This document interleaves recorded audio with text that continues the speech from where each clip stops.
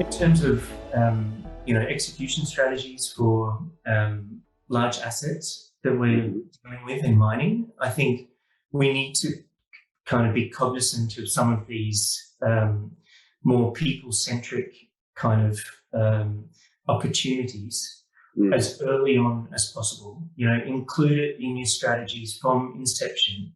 Don't wait until we get to operational readiness or operations even. Like, try and think about like what's happening in the future, what our future needs are for mining, and Mm. what our future needs are for each of our assets, and try and plan for that in advance. And Mm. that's kind of the approach that I'm trying to take with the Okay. Strategist Solutions. So we're trying to be more proactive and plan further ahead with the development of strategies, including a lot more kind of people-centric approaches to those. If we don't change the way that we're delivering mining, we're likely to see some of our big, I think soon to become competitors, pushing down the value chain and taking over more of the mining industry. So I agree. I can see big tech companies, I don't want to name them, but I'm sure Yeah. you can think of a Yep. few who will start Automotive. Yep. they'll start to get frustrated by the lack of efficiency, Mm. the lack of responsiveness that they have to their demands as our clients, and they will just start doing a land grab within the industry. So Totally I agree. see that in 10 years' time, that the mining industry has changed to meet those,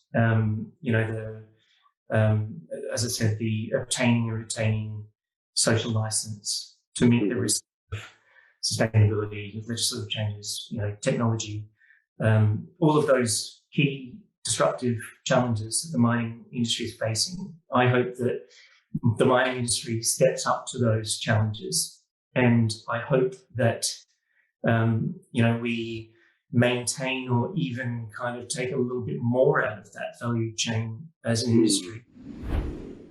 Mining is one of the world's main activities in driving the world economy and creating a social welfare. It's Sure.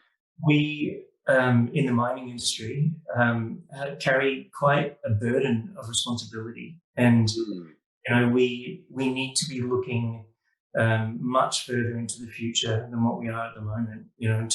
Particularly in terms of our people capital. Our, everything is driven by people, regardless of what technology gets brought in. We are, Absolutely. producing things for people, by people, and Mm.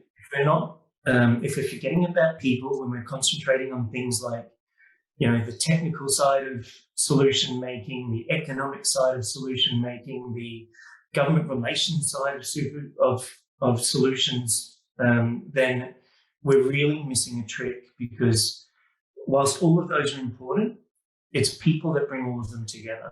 So I'll just say, start thinking a little bit more kind of strategically around what the mining industry and what our organizations need to achieve into the future, and how we need to be constructed to Mm. achieve those, and what type of people we need.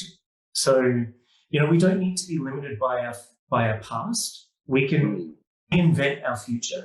We have the ability to be able to do that if we've got enough kind of like-minded people in the industry.